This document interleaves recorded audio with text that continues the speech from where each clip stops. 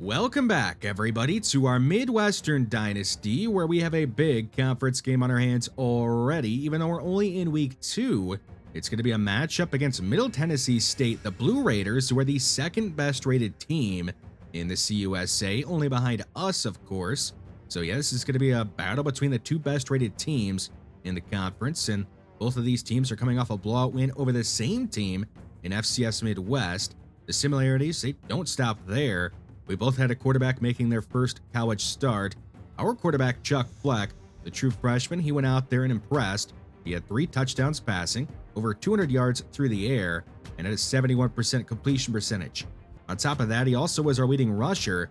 Now that was against lesser competition in FCS Midwest, so I'm curious to see how he's going to do against a better defense in Middle Tennessee State, who only allowed 214 yards total and 9 points. They had 3 sacks as well and forced 3 turnovers. So Chuck Fleck, he's going to have to be a bit better in this game, I would say, because he is going up against better competition. Randy Morrow, the Blue Raiders quarterback, he is a redshirt sophomore, but he did make his first start in college football this last week, and he had a great game. 4 touchdowns, 376 yards passing, and a 73% completion percentage.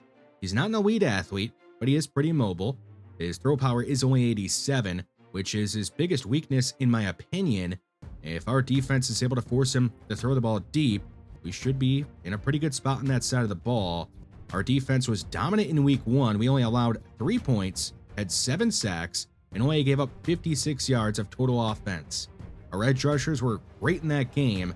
We'll see if they can get pressure on Randy Morrow and help us get a win here in a big conference game against Middle Tennessee State. The Horned Owls are going to begin this big conference game with a run inside that is Darrell left. He'll manage 5 yards on it. You know that Midwestern wants to come out here and score on their opening drive of the game like any team does, but last week Midwestern was unable to against FCS Midwest. Didn't end up mattering in the long run, but it'll be good to get some momentum early in this game and some pretty good competition. On 3rd and 12, Gentry is going to make a catch, and he's not going to get the first down, so the Horned Owls will not be able to score on their first drive of this game either.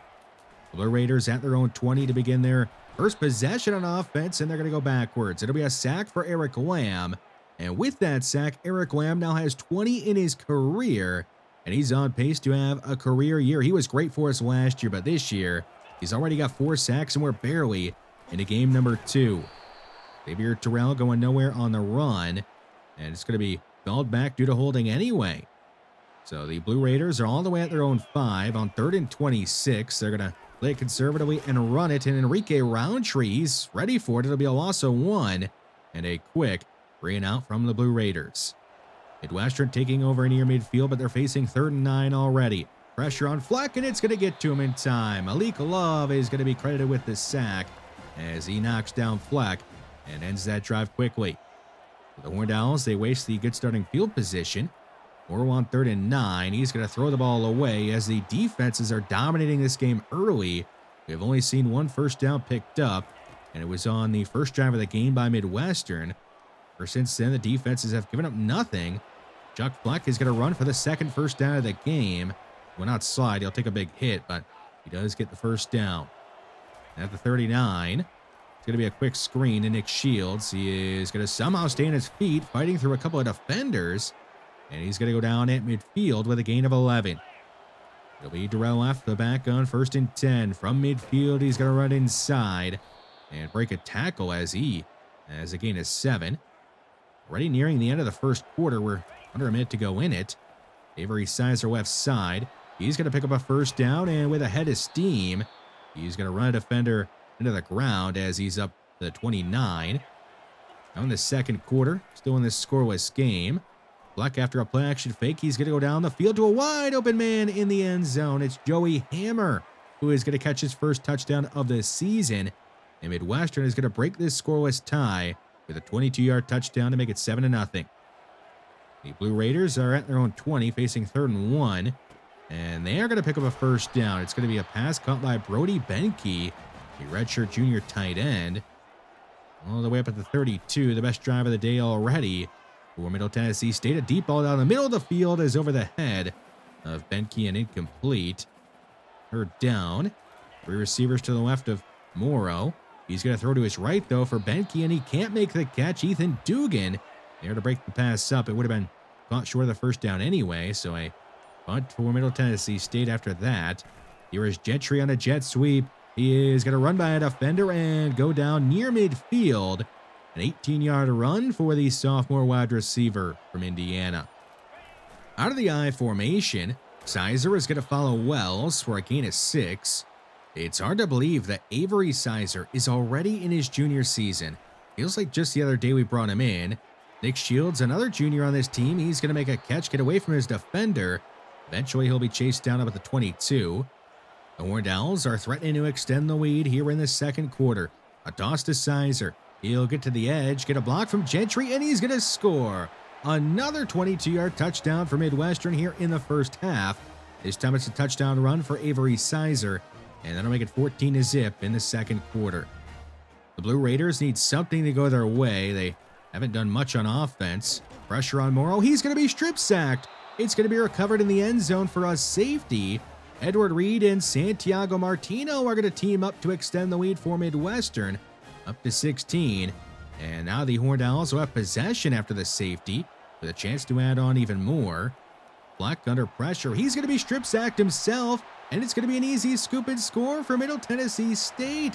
So their first points of the day are going to be provided by Chuck Flack and the Middle Tennessee State defense. What a way to get on the board as we have chaos going on in this game. Multiple strip sacks. It's now 16-7. Fleck under pressure after that strip sack. He is going to take off here on third down and not get the first down. So the Horned Owls will go 3 and out. And Middle Tennessee State, they have a chance to make it a one-score game late in the first half. Xavier Terrell is going to be dropped behind the line of scrimmage by Paul Dahl for a loss of 3. No chance for Xavier Terrell on that one. 2 minutes to go in the half. Pressure on Morrow, and it's going to get to him. The third sack in this first half for Midwestern. That time it's Cortland Rahman, the true freshman defensive lineman, gets his first sack of his career. 3rd and long. The Blue Raiders are just going to run it, and the Horned Owls are going to stop it. And they are going to end up using their second timeout to give their offense a chance to extend the lead. Starting at their own 19. Black is going to go underneath. It's going to be caught by Left, who's going to spin around to avoid a defender. He'll pick up only 3 yards on the play. 3rd and 4 already. Now down to about 30 seconds to go. Black under pressure. He's going to be hit as he let it go. It'll be incomplete. And that'll stop the clock and give Middle Tennessee State a chance to cut into the lead even more. They start their drive at their own 29. Morrow back to throw, and he's going to be drilled. Andre Okoye is going to knock him to the ground. And that is going to be the way we end our first half. Now in the third quarter, Middle Tennessee State on offense. Still down 16-7. Morrow is going to be hit again by Andre Okoye. Santiago Martino also in on the sack as this Midwestern defense is keeping up their great play. They did not give up the touchdown earlier. They are going to give up a big play here. That is Josh Evans, the redshirt junior wide receiver, with a 23-yard catch. And he's got the first down. So let down by the Midwestern defense on 3rd and long. And there is Morrow on a read option keeper. He'll take it across midfield. The Blue Raiders on the attack. A fake to Terrell, and Morrow, he's going to be sacked again. Ethan Dugan is the one to get to him this time. That is the 6th sack today for this Midwestern defense that has put on a clinic all game long. They have still not allowed any points in this game. The only points scored by Middle Tennessee State were scored by their defense, as Thomas Mintz is going to force a loss of 1 on a run. On 3rd and 17, the Blue Raiders send everybody deep, and that is not going to work. Another sack for Midwestern, their 7th today. Eric Lamb with a drive ender, and that is going to force a punt on 4th down. Middle Tennessee State trying to get a quick stop. It's 3rd and 12 for Midwestern. The pass is going to be caught by Xavier Speed. He'll split 2 defenders, and this drive is going to continue for Midwestern. Up at the 30-yard line, a fake to left. Fleck on the read option keeper. He is going to lose 4 yards. Corbin Gentry is going to make the TFL as Fleck makes the wrong read. 3 pass catchers to the right of Fleck on 3rd down.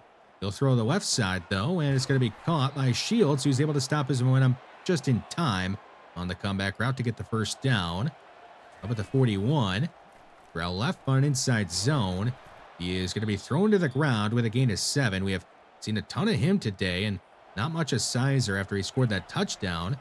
Here is Cameron Hellestray on a draw, one of our depth running backs, and he's going to get the first down with a gain of 9.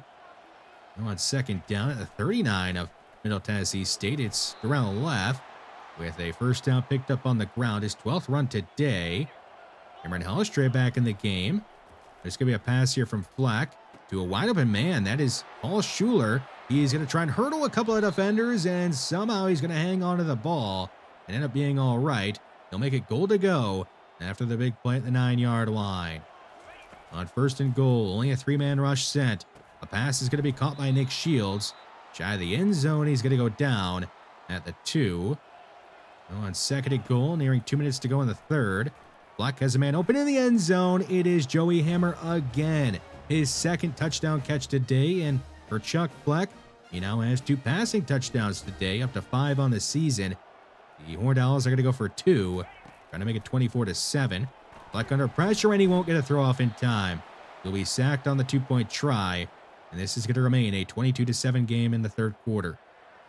Middle Tennessee State at their own 15. Here's a pass down the field, caught by Cameron Wasey. He's going to get loose. Down the sideline he goes. He'll be chased down by Josh Wood. It's a gain of 64 for the Blue Raiders, who are now in business just outside the red zone. And they're now going to have it goal to go after a catch by Brody Benke. They're up to the 9. Nearing the end of the third quarter. It's a give to Terrell. He's going to bounce off of Mintz and score his 3rd touchdown this season.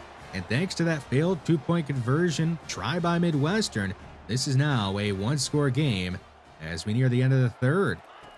It's only an 8-point lead for Midwestern. Here's a pass caught by Paul Schuler, and he's going to be hammered at the end of the play. He'll go down 2 yards shy of a first. 3rd and 2 to begin the fourth quarter. Cameron Hellestray following Edison Bynum as lead blocker. And Hellestray is up to the 45-yard line. A big run for him. 3rd down. Blitz on the way. Fleck is going to lob and nearly get intercepted. He underthrew the deep ball and almost paid for it. He'll still have to pay, and having to see his punter come on the field and punt the ball away on 4th down. And now Middle Tennessee State, they have a chance to tie this game up if they can go down the field, score a touchdown and get a 2-point conversion. We're going to have ourselves a tie game.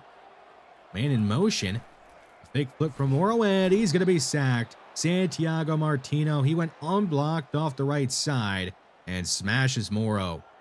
3rd down. It's going to be a free play for Middle Tennessee State. Morrow lobbing right side. It's deflected away by Josh Wood, who prevents the first down.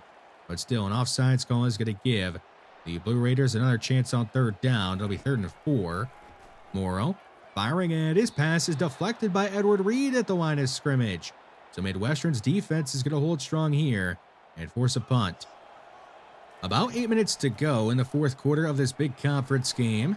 I know it's only week 2, but on paper, these were the 2 best teams in the CUSA coming into the season.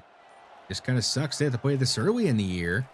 It's still a big game regardless. It's the first conference game of the year for both sides, as Joey Hammer is going to be hitting stride and be driven out of bounds at the 19. A perfect throw from Chuck Fleck, and Joey Hammer does the rest to get Midwestern in the red zone. Fleck is going to throw a quick screen to Shields. He's going to bounce off a Fisher and have momentum after that, and he's going to score. Another touchdown pass for Chuck Fleck today, his 3rd of the game, and he now has 3 touchdown passes in his first 2 games each to begin his career, and Midwestern is up by 2 scores here in the 4th. Now Middle Tennessee State, they have to put together a scoring drive here, a touchdown scoring drive that is. First down is going to be picked up by Xavier Terrell on the ground. I know about 5 minutes to go in the 4th. Morrow under pressure, he's going to avoid it, and he's got a man wide open in Kreit, who is the leading receiver for Middle Tennessee State. He makes his first catch of the game, I believe. Now the Blue Raiders inside the 40 of the Horned Owls. Pressure on Morrow, he's going to avoid it again. Check it down to Mangold, who is going to get by Josh Wood and Deontay Bland and make it up to the 26. Under 4 minutes to go in the 4th. A fake to Terrell. Morrow going up top to the end zone, and Taylor Sonsenbacher off the bench is going to break the pass up. 3rd down. It is Morrow faking a give to Terrell. Going down the field, it is Cameron Oasis scoring the touchdown. He ran a similar route earlier on that 64-yard play, but he scores a touchdown on this one, and it is now a one-score game late in the fourth. Man in motion to begin this drive for Midwestern. It's a flip to him, Roberto Suarez. He's got a huge gain up past the 40 and down at the 46. Roberto Suarez with the big play on the little flip pass. Now the Horned Owls can wind the clock down to the 2-minute warning. A fake to left. Black looking to throw it. He's under pressure and he's got no choice here. He's got to throw the ball away, and they will stop the clock and help out Middle Tennessee State. They have to throw it here on third down. Black feeling pressure. He fires, and it's going to be caught. Joey Hammer has had a great game, and he makes a clutch catch on third down to keep this drive going. The Horned Owls are going to run it. It's going to go nowhere. At least it'll force the Blue Raiders to use their last timeout. Will they give Fleck a chance to end the game? They will. He's running for his life. He'll make a throw on the move. It is at the feet of Hammer, incomplete, stopping the clock and helping out Middle Tennessee State. On 4th and 9, here is CJ Klein, the true freshman kicker, on to attempt a 52-yard field goal. His kick is going to be way wide left and no good. He's going to crumble under pressure, and now the Blue Raiders will have a chance to go down the field and force overtime. If they could score a touchdown and get a two-point conversion here. Morrow, he's going to go for it all, taking a shot one-on-one for Evans, and he can't make the catch. Ben Edmonds is going to save the day for Midwestern with a big-time pass breakup. Third down. Morrow up the seam, that is Cameron Oasis. He's had a big day, and here on the biggest drive of the day, he's going to get the Blue Raiders across midfield. Time for Morrow on 1st and 10. He has a man open over the middle. That is Benke, and he's able to pick up the first down, which is going to help out Middle Tennessee State by stopping the clock. They are all to timeouts, so every second matters. With a minute to go, Morrow hit as he let it go. He gets it to Benke down the field, and he's going to make it goal to go. He's up to the 5-yard line, so Middle Tennessee State just a couple of yards away from having a chance to force overtime.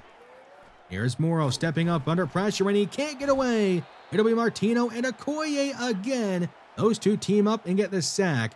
So it's going to be 3rd and goal at the 8 with 40 seconds remaining. All the pressure in the world on Morrow. He's going to leave the pocket and throw the ball away. He had nobody open in the end zone. He'd rather take his chances on 4th and goal and see if they can get it all here on this one play and have a chance at the two-point conversion. Morrow is going to throw to the end zone and be picked off by Thomas Mintz. It'll be an interception for Thomas Mintz to seal the game, and the Horned Owls are going to go on the road and beat Middle Tennessee State, the Blue Raiders, in this big early season conference matchup and win 29-21 to get to 2-0 on the season and 1-0 in conference.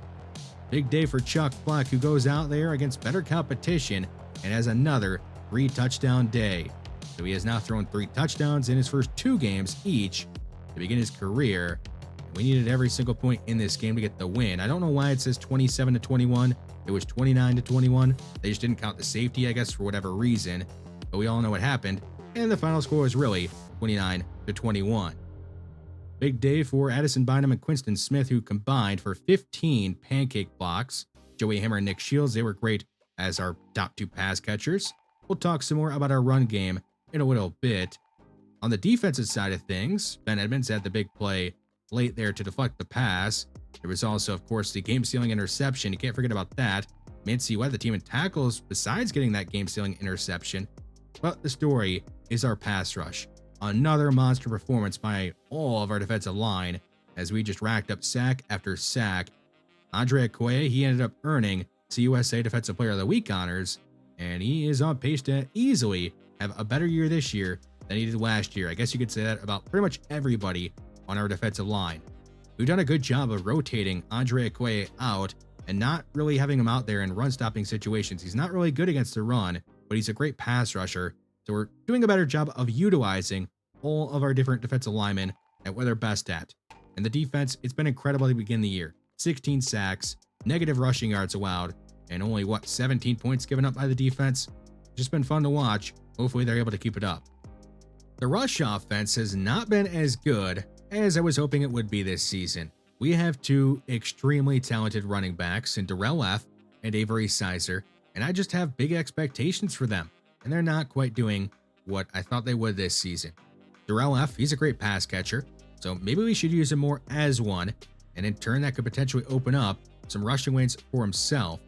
Avery Sizer, he didn't get a ton of carries this last game because he glitched out and I couldn't substitute him back in the game. Really unfortunate because I feel like he was about to have a massive game, but he just couldn't be put back out there. So expect to see a lot more of him next week to make up for the lack of carries that he just had in this last game. The kicking competition, that is going to continue on. I know CJ Klein had an awful miss from 52 yards, but it's not like Jason Hops was perfect in his first game. He missed an extra point, so we'll have the kicking competition continue on until one of the two determines a winner themselves or until we have to make a selection ourselves. Glenn Bredesen, he's an edge rusher at Gem, a 4-star who is 6'5", 259, the 153rd best player in this entire recruiting class, and he's got good block shedding, good play rec, maybe not the best athlete, but looked to be good enough to me. Want to go after him. Nobody else is going after him, so why not see if we could bring in another talented defensive end. Alex Blades is a 6'3" cornerback who is a gem. He's got 91 speed and 75 zone. Just based upon that alone, I wanted to go after him. Potentially, he could have a good dev trait and be one of the better cornerbacks we have brought in ever in this entire dynasty, and that's the hope. But regardless, I think he's going to be a solid player. We're right now in the lead for him. Cesar Paredes is a running back at 6'1", 230. He's a power back, of course, with that size, but don't think he's slow because he's not. 92 speed, 89 excel, and I feel like he could be a pretty well-rounded running back, and I like bringing in at least one running back per recruiting class, just in case we end up having somebody transfer away. Nebraska is going after him, but we right now have the lead for him. Davion Career is really close to committing to us. I expect him to commit to us next episode, which is some great news. We are right now ranked 44th in the nation, which is not bad, but if we want to make the college football playoffs, we have a lot of work to do.